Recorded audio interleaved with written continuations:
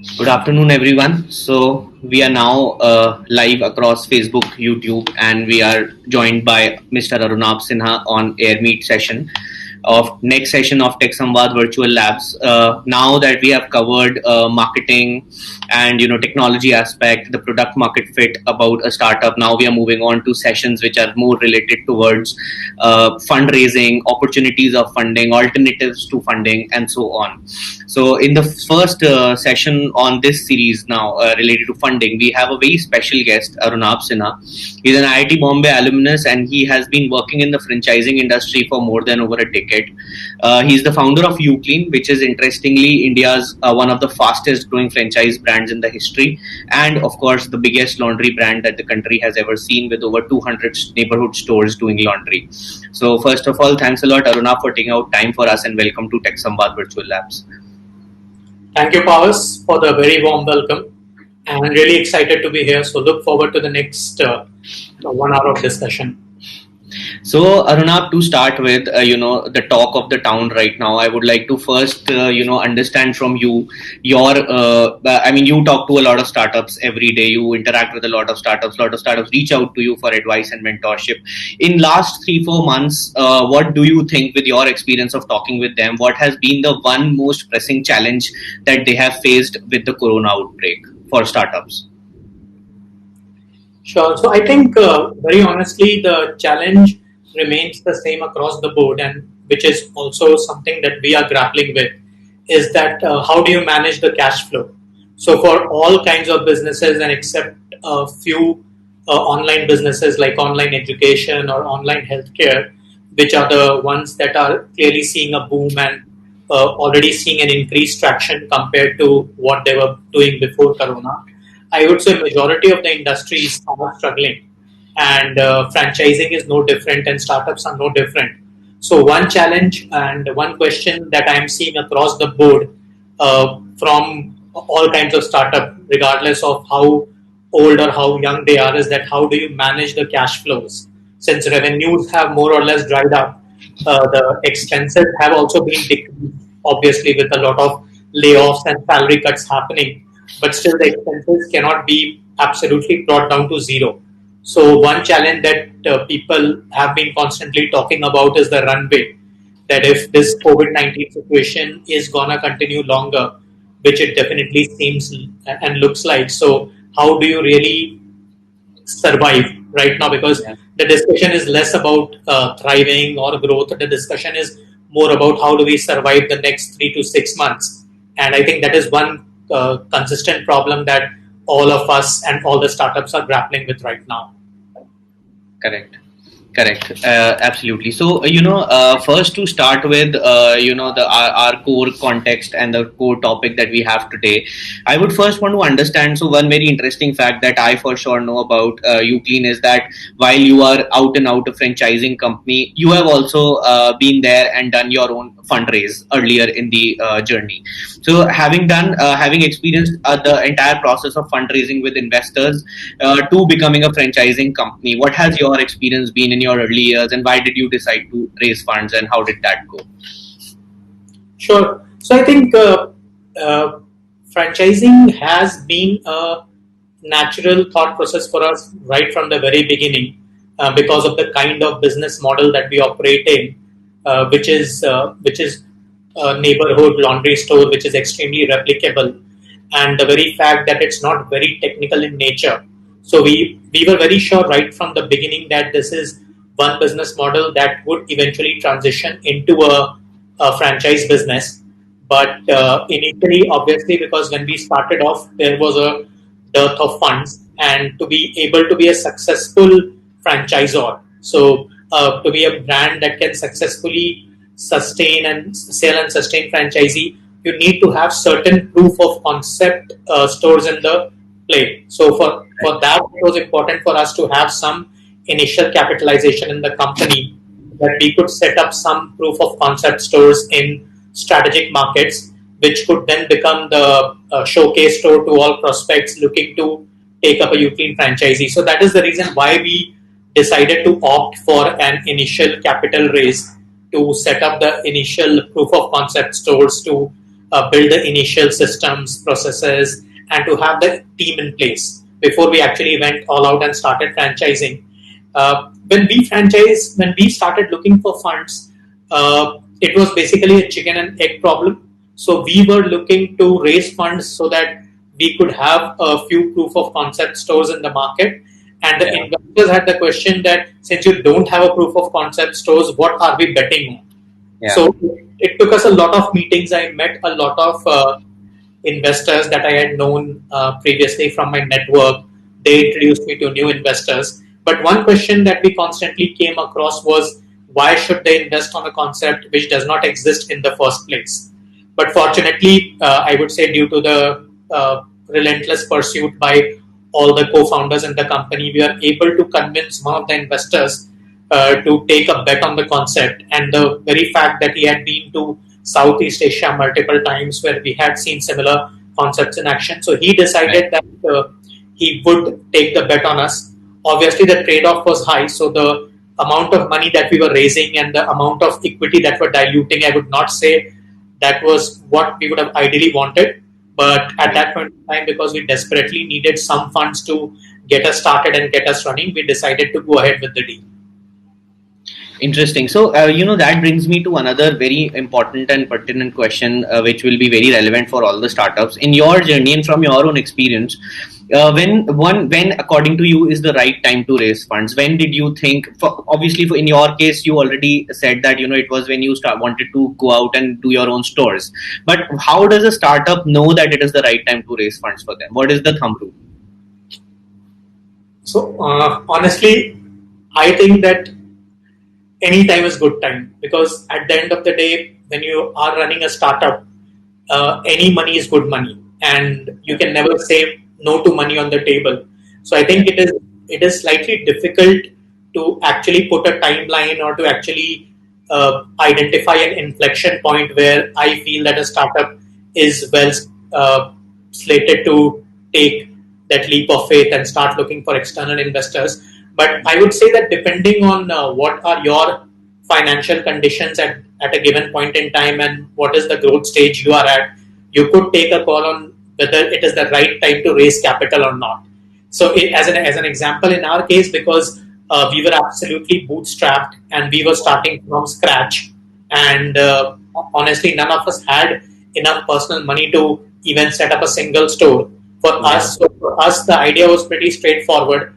Either find a franchisee who would be willing to take a bet on a concept that doesn't even exist, or find an investor who would be willing to take a bet on a new concept. So I think the second part was relatively easier, where you were prepared to dilute equity. So the investor was actually getting a skin in the game, and his growth was going to be directly linked with the growth of the company. So it was relatively easier than finding a franchisee who would take the bet on your first store.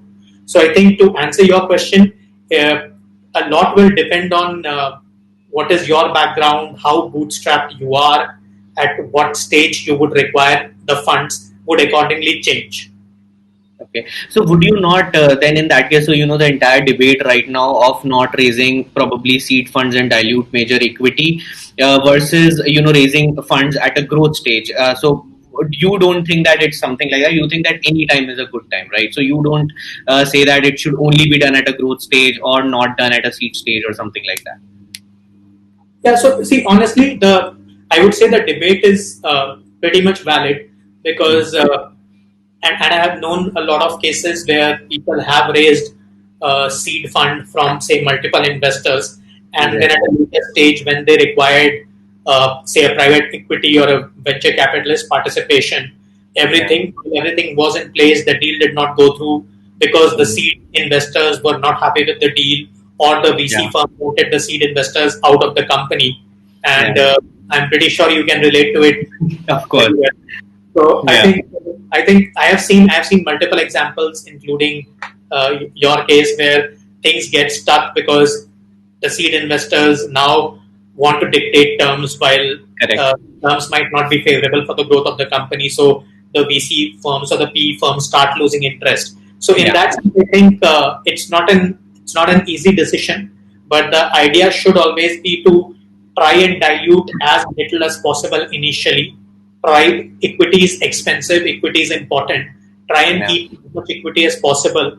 But if there is a requirement, as was in the case of Uclean, and we had no other option, it was important for us to raise that seed capital. So I would only recommend one thing that I would like to recommend is that when you are bringing an angel investor or a seed funder on board, it always makes sense to ensure that the expectations are aligned, and nobody is better placed than you as a founder to take a call on what terms and conditions should be acceptable to you, given the fact that you are looking at building a startup which should be growth focused. So at some point in time, you would need sophisticated capital, or what is also known as private equity or venture capital, to come in. So you need to understand what might work against a future fundraise, and you need to protect your company, safeguard your company against it while raising the initial angel investment or seed fund.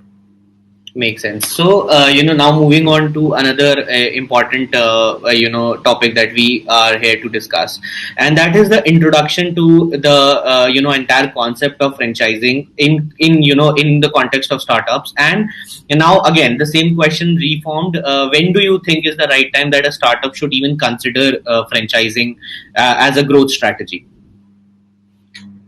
So honestly, I think the first question that one needs to answer is, franchising can be tempting, right? Because franchising in a way is a shortcut to fundraise without diluting even 0.1% equity in your company.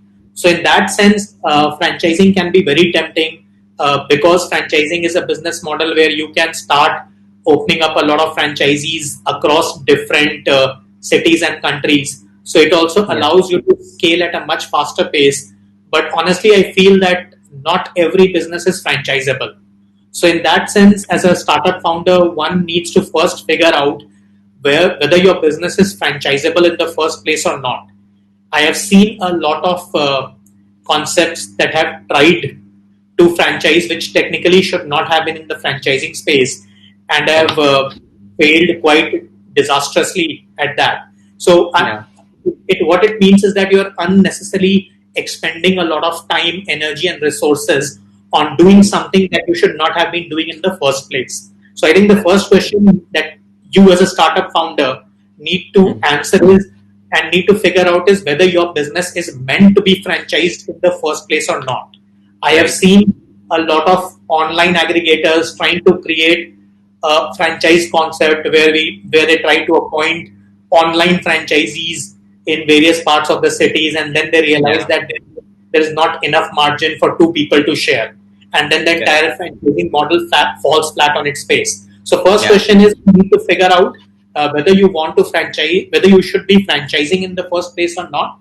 The second thing is, you need to really figure out your proof of concept. So you need to be really sure about your proof of concept, what makes it work, what are the challenges that a prospective franchisee is going to face, what are the right places to start franchising out. So when we started franchising Uclean, we were very clear that initially, while there would always be a temptation to enter into a tier 2 or a tier 3 city, we first need to focus on building Uclean in our what I call areas of comfort. So we were based out of Delhi NCR. So we decided that we would like to make all the mistakes in Delhi NCR, because any challenge that comes up, it could be solved much quickly as compared to, say, starting a franchise in Guwahati.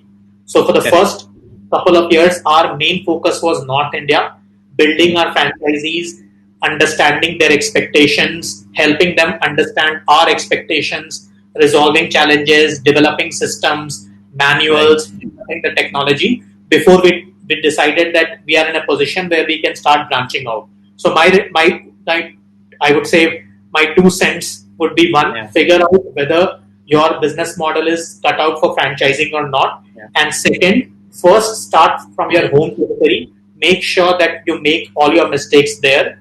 Develop systems, develop processes. Once you're comfortable, once you realize that you would be able to answer 90% of your franchisees' questions, then only start to get aggressively into franchising. Interesting. So, but this brings me to another question. So, you yourself mentioned that you gave us a couple of examples of who should not franchise. For example, a lot of online aggregators who get into forced franchising. But at the same time, an important aspect of it is how does a startup know that they are franchisable? What is the thumb rule in the industry of franchising, and how to know whether the model is franchisable or not?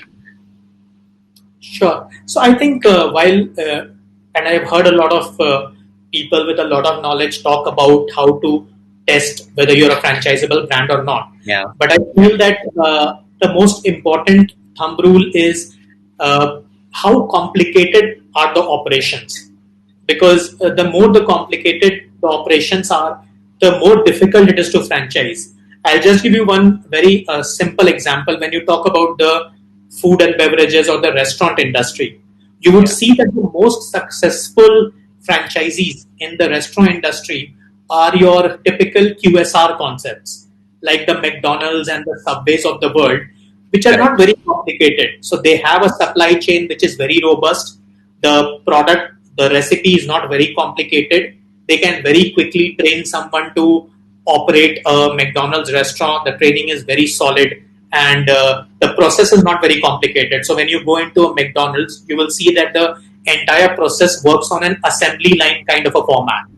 So you enter into a McDonald's and say, for example, you're ordering fries. So you will see that they already have the potatoes cut. They put it inside the oil. From there, it goes to the place where they remove the oil. Then it goes to the packing guy. The packing guy then sends it to the person at the counter, and then he hands over the fries to you. So it's a very smooth, almost a factory line kind of a setup. Yeah.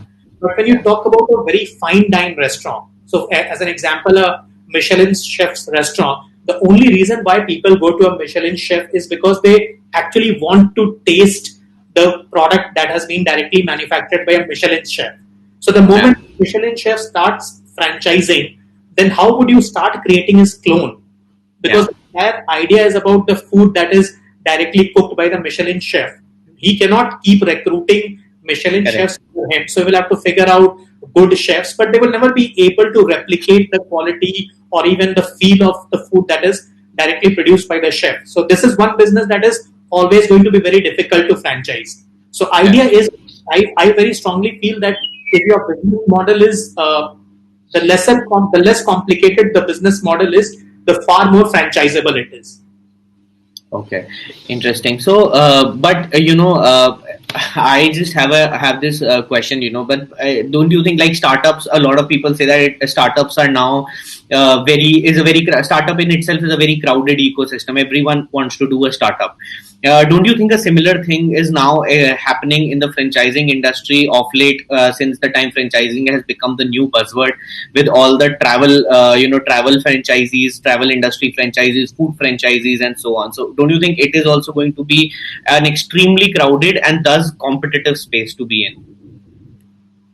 100%. So you're absolutely right.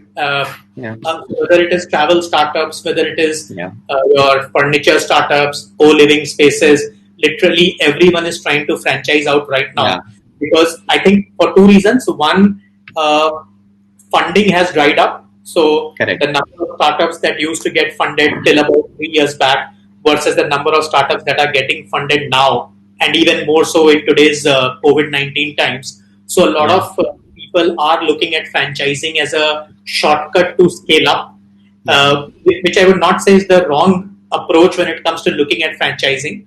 But at the same time, like I said before, not every concept is meant to be franchised, and not every concept is franchisable. So I fully agree with you. The franchising space itself is becoming overcrowded right now. Franchising is suddenly glamorous. Like fundraising used to be very glamorous till about a couple of years back, and continues to be so. But I think franchising is also becoming equally glamorous, and a lot of people are very excited and proud of the fact that they are franchising, which is overall, I would say, good for the franchising industry.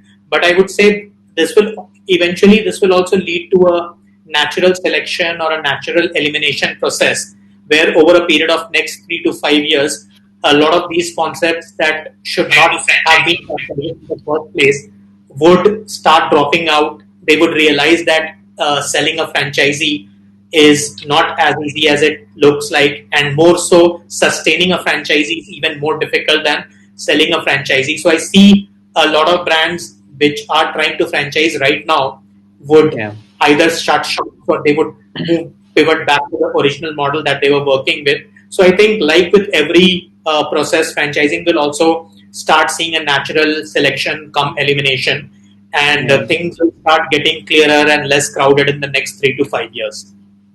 That's an interesting insight. So, as an extension to that insight, I mean, which industry, suppose somebody wants to now get into franchising as an option to entrepreneurship. So, what industries do you think are going to be the next revolution in the franchising industry, and even for entrepreneurs who are starting their own startups or starting out their own businesses? What industries are going to be the most franchisable and attractive franchises in the coming years? Sure.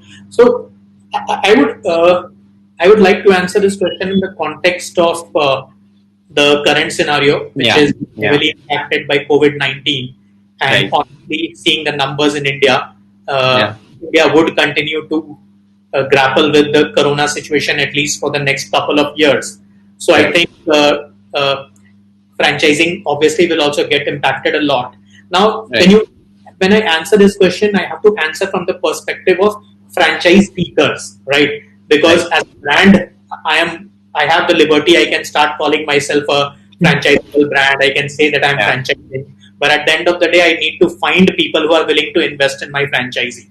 Correct. So when you look at the franchising industry, you see that almost 90% of the investors who are aspiring entrepreneurs who are looking to invest in a franchisee, they fall in what I call the franchising sweet spot.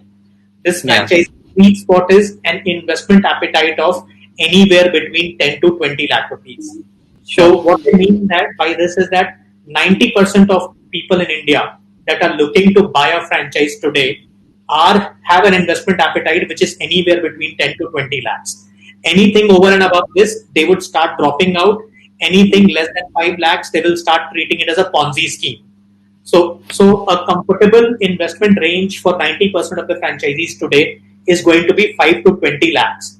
Unfortunately, because of the COVID-19 situation, the so-called traditional franchising favorites, like the restaurants, the salons, your preschools, these are going to be the hardest hit because these are the industries that are suffering the most. So people have started realizing that these would not be the right industries to bet on.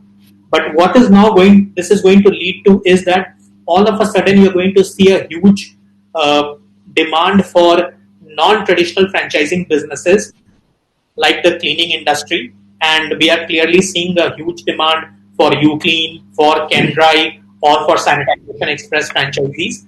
I'm seeing even a bigger demand happening in the healthcare and the education space, because these are three industries which are positively impacted by the coronavirus situation.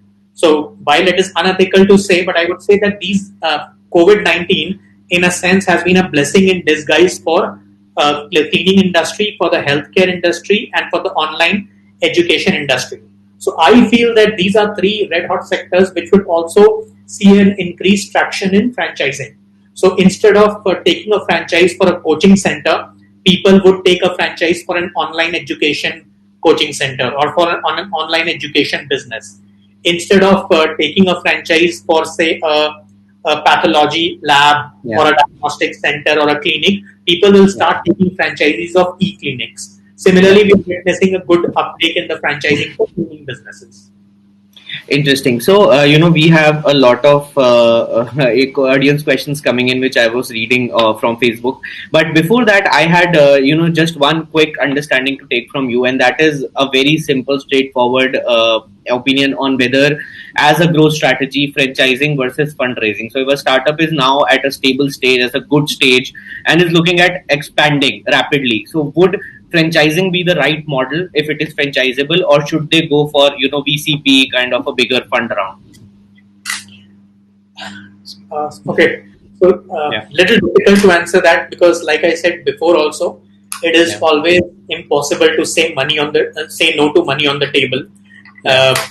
So my suggestion is that there is no right answer to this, but if you feel that there is a case for franchising, then franchising is an absolutely go-to strategy. Reason being that franchising is where you're not, as an entrepreneur, you sometimes tend to feel alone, and you sometimes tend to feel that you are nobody in your team is as committed as you are to the business. Yeah. Franchising is the beauty about franchising is that every franchisee is a clone of yourself, because Yeah. he's also investing his hard-earned money in taking a mini clone of your existing business. So Yeah. his commitment and his interest in making his own business profitable is high as yours. So franchising allows you to join hands with, say, thousands of entrepreneurs like yourselves who are as passionate as you are and as committed as you are to the business. So I feel that while you can continue to raise funds, and if your business model is good enough, you find VC and PE firms who are interested in investing in your business, there you should absolutely go ahead and do it. But if you have a case for franchising, fundraise and franchising can always go in parallel. And there is no better model than to work alongside hundreds or even thousands of equally passionate and equally committed entrepreneurs. Interesting. So, one question that we have from the audience already, and this is very relevant to what we are discussing right now, so I'll pick this up. So, it is more of a terminology question. So, the person is asking that, even after franchising, does it still remain a startup? So, would you say that Uclean is still a startup, or are franchising businesses also startups? Yeah, so I think uh, a, a start. Very honestly, there's no How would you definition. define a startup? Yeah, exactly. Yeah. Correct. There's no definition. So not to sound derogatory, but people still call Oyo a startup, Yeah. a brand that is present in, I think, 20-30 countries of the world, and as more and is the second largest hotel chain after the Marriott Group. It is still Yeah. called a startup. So I think the definition of startup in itself is getting diluted, and Right. people purely call a startup based on how old the venture is. So since Correct. Oyo is, say, about 8 years old, so people continue to call it a startup. So in that sense, I would say, since we are just 3.5 years old as Uclean, we would Yeah. technically fall in the startup category. But I think it would, if you talk about franchising, I would say you can continue to be called a startup even if you're franchising. You can call yourself a startup even if you are, say, at a level where you have 200 franchisees, because at the end of the day, I think you move from a startup stage to, say, a firm stage or a corporate stage once you have, say, a 3 to 4 years of consistently positive balance sheets, consistently positive profit and loss statements, Yeah. and a good enough top line. So I would say a company having, say, 50 to 100 crores of top line and a Yeah. decent 10% bottom line is some, for, say, consistently for 3 to 4 years, would not qualify as a startup, regardless of whether they Correct. have 10 franchisees or whether they have 1,000 franchisees. Interesting so another question that we have received is कि Policybazaar के CEO ने अभी कहा है कि soft bank से funds लेना एक गलती थी. So basically, this is referring to a report that recently Policy Bazaar CEO went on record and said that it was a mistake raising funds from SoftBank. They are saying, what is your take on that? So is VC funding like not the right way to go in the current scenario? So I think it's a very tricky question, and I'll very honestly share my feedback basis what I have heard from a lot of other founders. Right. And I think it's a double-edged sword, in the sense that raising VC capital or raising private equity money, and not necessarily just from SoftBank, but Yeah. raising private equity money or venture capital money is a double-edged sword, in the sense that it allows you to accelerate your growth to a level which you could not have done without that money. So the growth almost becomes exponential. But then there are some fantastic cases like Zoho, which is one of the most successful startups coming out of India and Correct. not raising any external funds. But Yeah. what I've also heard from a lot of founders, and that's what a lot of founders that I know have raised substantial amount of VC money or private equity money, is that sometimes it does limit your creativity. and sometimes it does limit your independence in the sense that sometimes some of these startups are grappling with the issue where even the smallest of the decisions has to be ratified by the entire board, which is predominantly VCs and PEs, and a lot many times they do not think the way the founders think. So I have heard this complaint from quite a few startup founders. There have been cases like Travel Triangle, who are well to me. So I think there is no right answer. Till the time you have not raised venture capital or private equity, it does look very attractive, and you should have obviously fight for it because it helps you take a leapfrog to a level that you could not have imagined. But at the same time, be prepared for the fact that your liberty would be greatly curtailed, and there would always be a difference of thought or a difference of opinion between how you as a founder want to run a business versus how the private equity or venture capitalists want you to run the business. Another question that we have received, and this is again one of the very common questions that come across when we talk about funding. So someone is asking that when you raise capital at a mid stage of your startup, what should be the ideal spend division? So how much of it should go into marketing, how much of it should go into HR, and so on. So what would be the ideal distribution for a startup who has just raised funds at a middle stage? Okay. So I think again it depends a lot on the kind of startup that you're running. So just to give you an example, if you are running a franchising startup and you are running a business where you're predominantly franchising on a model which is called franchisee invested, franchisee operated, where you expect that the franchisee will bring in the money for his own setup, and he would be running his own the company. He will be managing his own expenses, and you as the brand are only supporting. So in that case, your spend on say running a store or running your own business is practically zero. So the whatever money you are raising is predominantly going towards supporting your franchisee. So even if I'm raising say 100 rupees, that entire 100 rupees has to be spent on supporting the franchisee, whether it is through greater brand building, whether it is through sales generation for the franchisee, whether it is through operations and training for the franchisee. So in such a business, I would say that when I talk about a franchising business, and which is say at a mid stage, then I would say almost 50% of it needs to go towards brand building and sales generation, because that is what is going to make your franchisees happy, and happier the franchisee, greater is going to be your scalability. So I would say that almost allocate 50% of your funds towards brand building, PR, promotion, and marketing.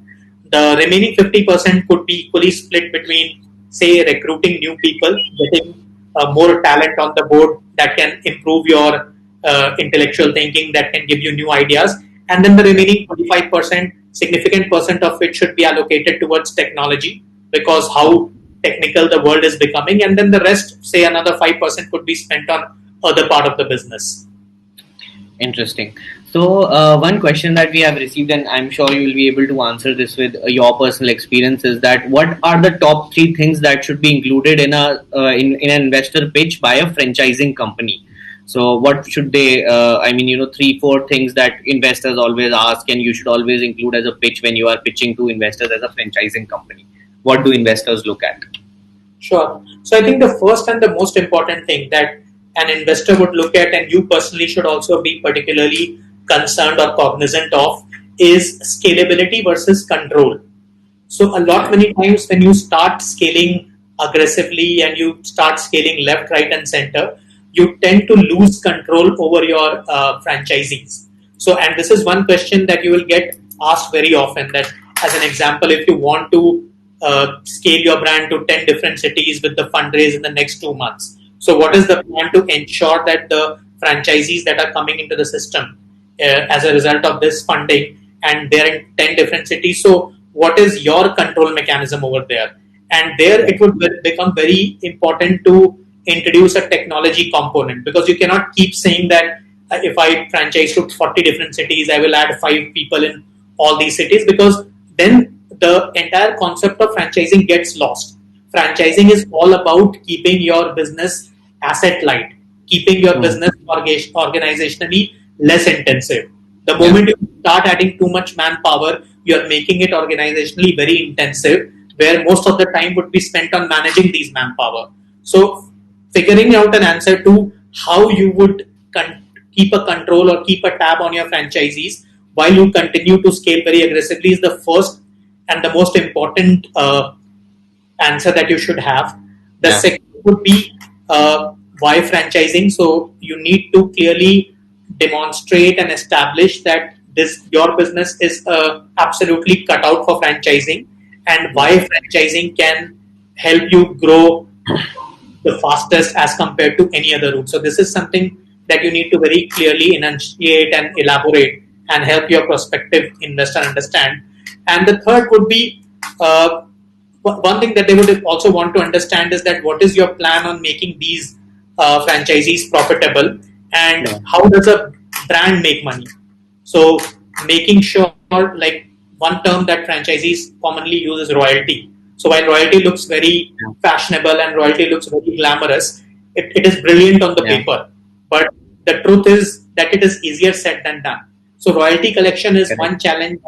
I would say if you just remove the top 5 or 10% franchisees globally, which are the likes of McDonald's or Subway, the remaining 90-95% of the brands that franchise constantly struggle with royalty collection and compliance. Correct. So what is your plan to ensure that all the franchisees are 100% compliant and all the franchisees are regularly paying you the royalty and the right amount of royalty is something that you need to have an answer to.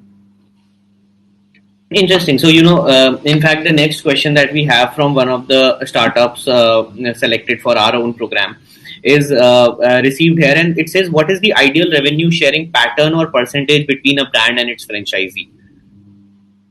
Okay.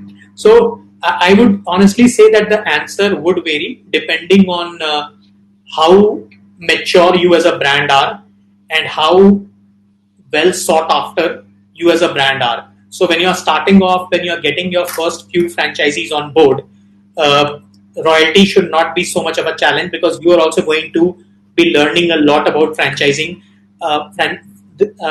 Franchising on paper is very different from franchising in reality. So while you might do a lot of number crunching and create a fantastic model on Excel and PowerPoint, but the reality hits you hard once you actually have a franchisee on board or once you hit the market with your business model.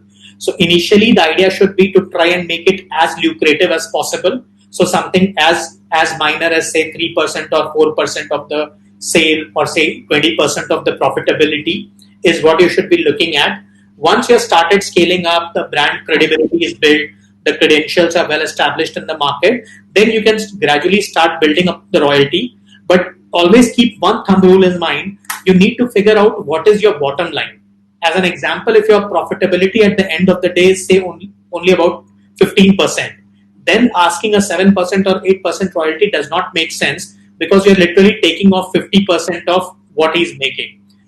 So for I would always recommend that always look at a profitability which is anywhere between 1/3 to 1/4 of your franchisee's bottom line. So as an example, if a franchisee's business has a profit percentage of 20%, then a royalty in the range of 6% to 7% is ideal. Interesting. And another question that we received meanwhile was for franchisee expansion, whether tier 2 or tier 3 is the right market or should you stick to tier 1? So the answer to this is, again, I'm going to talk about the franchisee point of view. So as a franchise seeker, I always get more confidence when I see that there is a brand coming out of a tier 1 city that is wanting to enter into a tier 2 or tier 3 city. And the reason for this is pretty straightforward. When you talk about people living in a tier 2 or a tier 3 city, these are all aspirational entrepreneurs. So if they have seen something working in Delhi or Mumbai or Bangalore, they always want it. They would say कि मैंने इसको forum mall Koramangala Bangalore में देखा था, या मैंने इसको ambience mall वसंत कुंज में देखा था, मुझे ये चाहिए. And this is a very common mentality. 95% of tier 2, tier 3 franchisees come in with this kind of mindset. Today we are operating in almost 45 tier 2, tier 3, even tier 4 towns in India. And we have clearly seen that they reach out to us because they saw our outlet running in a tier 1 city. So Kolhapur के लोग हमें इसलिए approach करते हैं क्योंकि उन्होंने पुणे और बॉम्बे में स्टोर्स देखे थे, देखा है। शिलोंग के लोग अप्रोच करते हैं बिकॉज उन्होंने कैलकाटा या गुवाहाटी में स्टोर देखा था, चंडीगढ़ के Right. लोग, पटियाला के लोग अप्रोच करते हैं बिकॉज उन्होंने दिल्ली में स्टोर देखा था.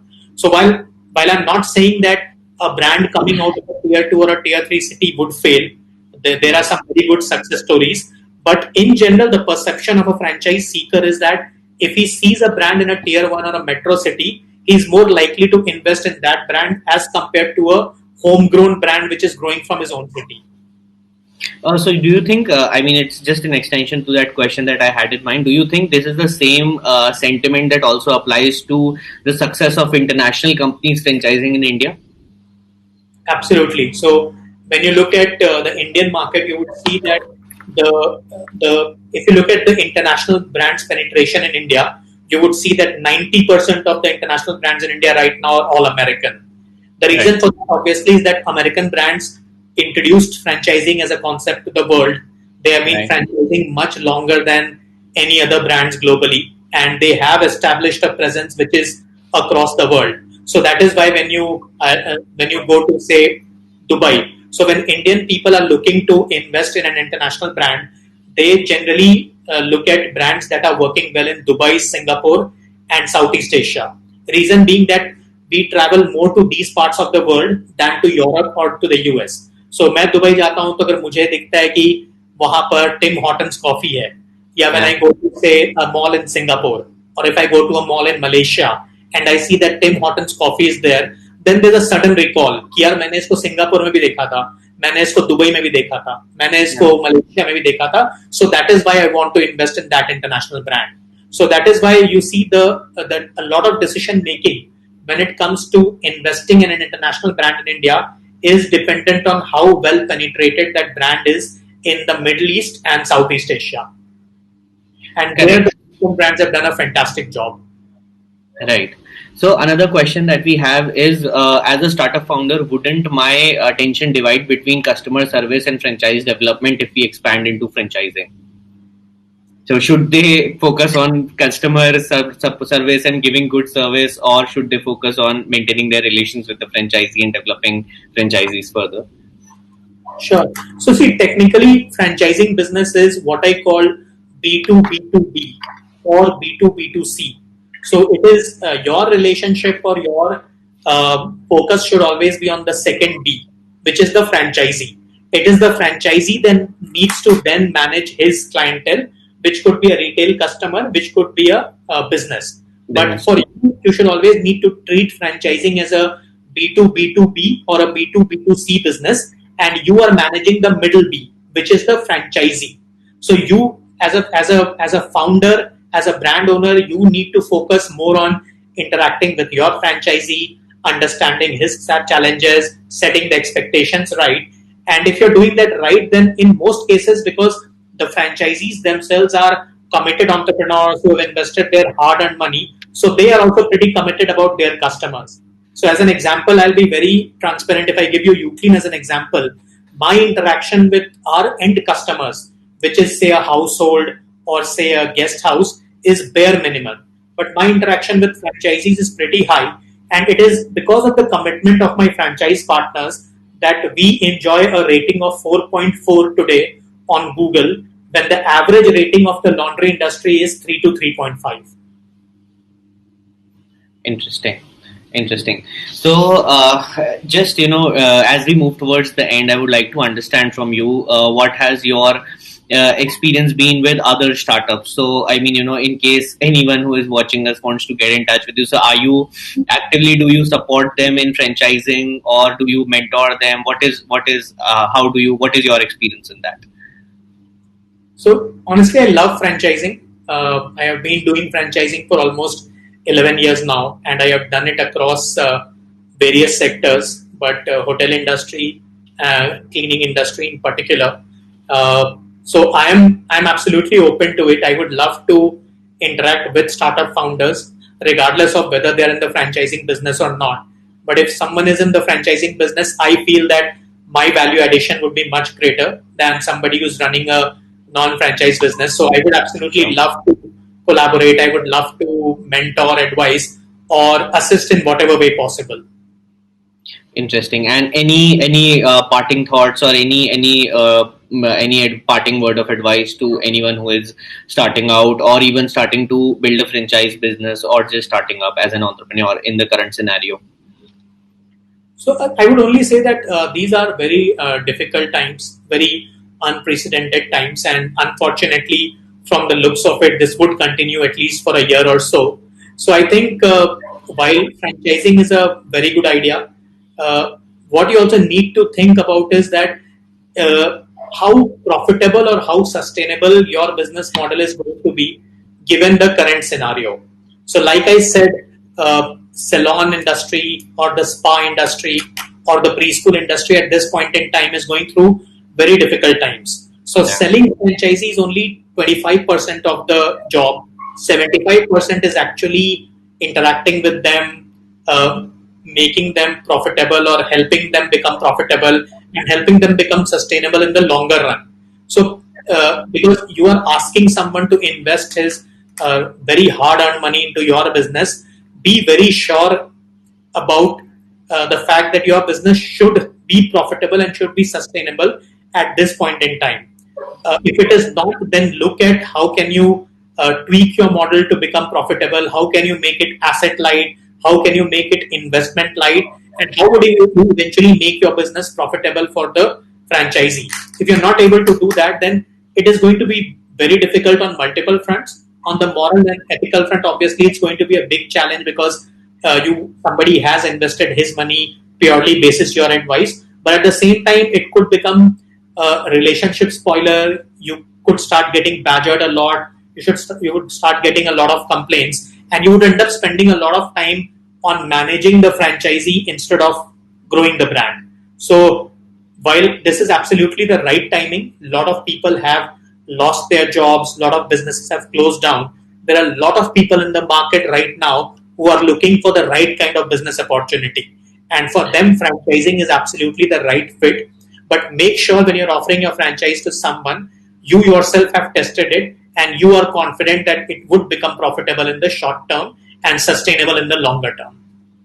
Very interesting. Thanks a lot, Aruna, for taking out time for us. We are sure it was an extremely insightful session for all the startups and the people watching us on live. And thanks a lot for taking out time. Thank you, Pawas. It was wonderful interacting with you again. Thank you. Thank you.